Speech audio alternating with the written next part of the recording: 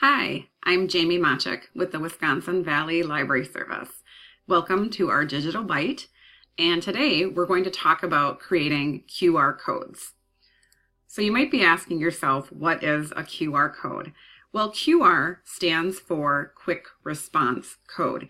They were first designed in Japan around 1994, so they've been around for a while, and I felt like we started seeing them more in marketing and in libraries 8 to 10 years ago.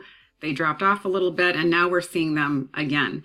So it's a matrix barcode. It's machine readable. Typically, they can be read with our smartphones, and it's a code that leads to other information. So think of like a barcode, like when you go to the grocery store and you scan an item, and then it leads to the cost and more information of the item. So think of a QR code sort of in that way. Why are they used? A lot of times they are used for marketing purposes. By scanning the code, you are led to more information. You can also use them to easily connect to a video. Video is still really huge in marketing, and it's also a lot easier to use the QR code. Technology is now at a level on our phones where they are easy to use. Years ago when QR codes were becoming more prevalent, you had to scan a QR app on your phone. And now with an iPhone and with an Android phone, you can simply use your camera to scan the code. So the technology is a lot better to also use them. So where could we use QR codes potentially? We could use them on library posters, on flyers that we hand out to our patrons. They could be used on direct mail pieces if we do that. We also want to make sure that they can be scanned in an area where we have Wi-Fi. Otherwise, it doesn't make a lot of sense to have them, because the code will lead to more information, and we need Wi-Fi to do that. We also want to make sure that the location of the code on the marketing piece can be easily scanned. So if it's a hard to reach poster or hard to reach code, that doesn't do a lot of good. So we want to make sure that we can easily scan the code. So how do I scan a code? So as I mentioned, when codes first came out, you had to download an app on your phone, and you still can do that. There are a few apps I mentioned. Barcode and Quick Scan are used quite a bit, and they are free apps. You can also use your iPhone camera and your Android camera. So because I use an iPhone, I will be showing you later on in the video how I use the code. In the training guide, I have a link to how to click on your settings to use it for an Android phone. So let's go ahead and create a code. So I do want to mention before we go into creating a code that Ann Hamlin talks about creating QR scavenger hunts as part of the library's rock theme. So if you go to this page on our website, she talks about a little, about what QR codes are and how you can do that. So that could be another idea as to how to use a code. I also want to mention that you typically don't want to place a QR code on your website. It really doesn't make a whole lot of sense to do that. So that's the one place you don't want to put the code.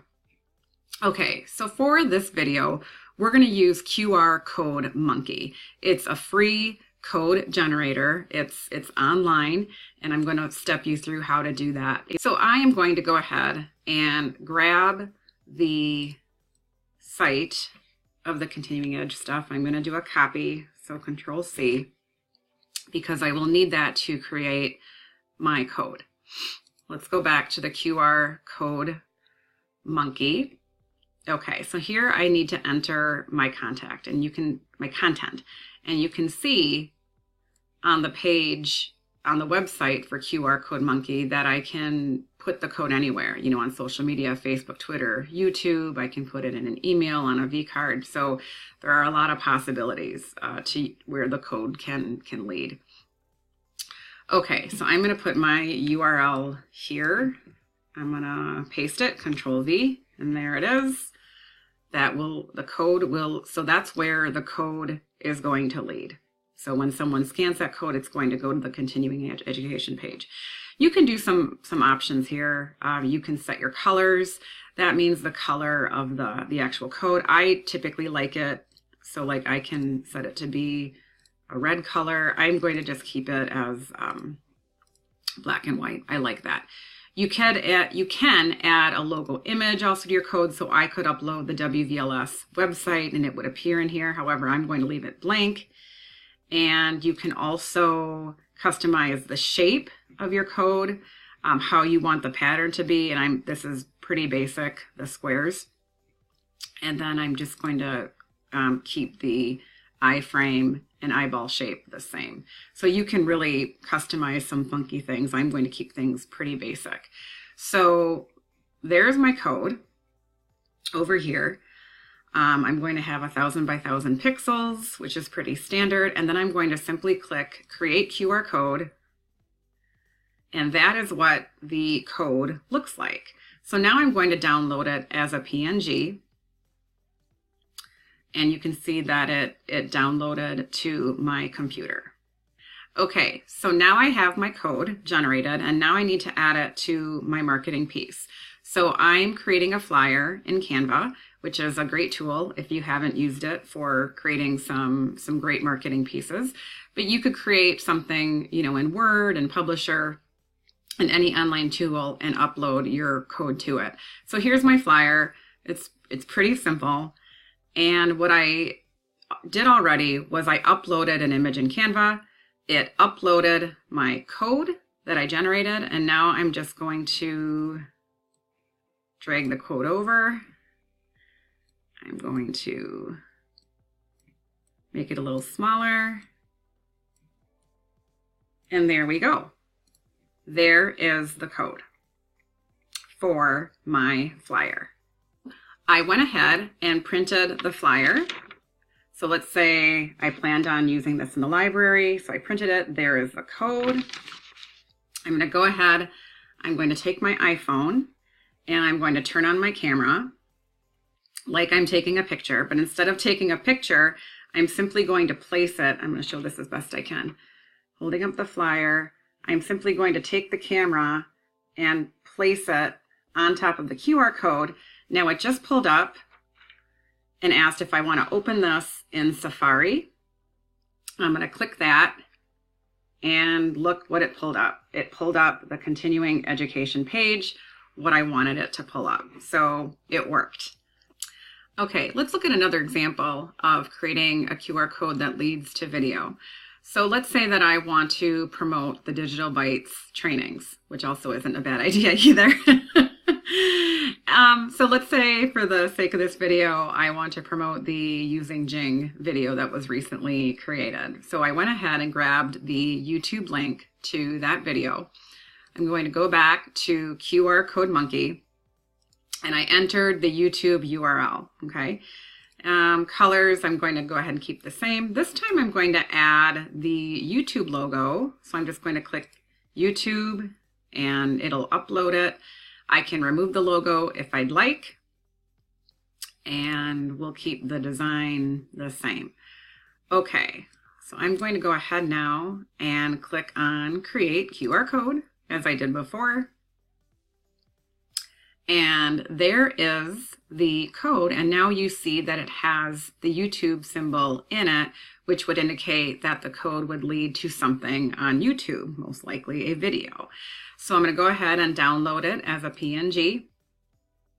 And there, just going to extend this screen. You see that it went ahead and downloaded to my computer. Okay, so now let's go back to our flyer that we already have created in Canva. And I'm now going to upload that QR image, which I already did. So here it is, and I'm going to drag it to my flyer. I'm going to use the controls to make it a little bit smaller. And there we have the QR code placed on that flyer. Okay, this time I increased my webcam size, so hopefully it's a little bit easier to see. I went ahead and printed this flyer. So there's Digital Bytes. You can see the QR code right there. I'm going to open up my iPhone. Geez, okay. There we go. And pretend like I'm taking a picture. Instead of taking a picture, I'm just going to line up my phone in front of the code, and it asks if I want to open it up in Safari, and I'm going to click that I do. And it took me to the Digital Byte training. Hi everybody, this is Jamie Maciek. So that concludes this Digital Byte on creating QR codes. There are many free QR code generators out there, and I will list some of those as well on the training guide. If you have questions about QR codes or this Digital Byte, or again, if you have suggestions for future Digital Bytes, please feel free to contact me and let me know. We are always looking for ideas to help you. So I hope you enjoyed this Digital Byte training. Have a great rest of your day. So long.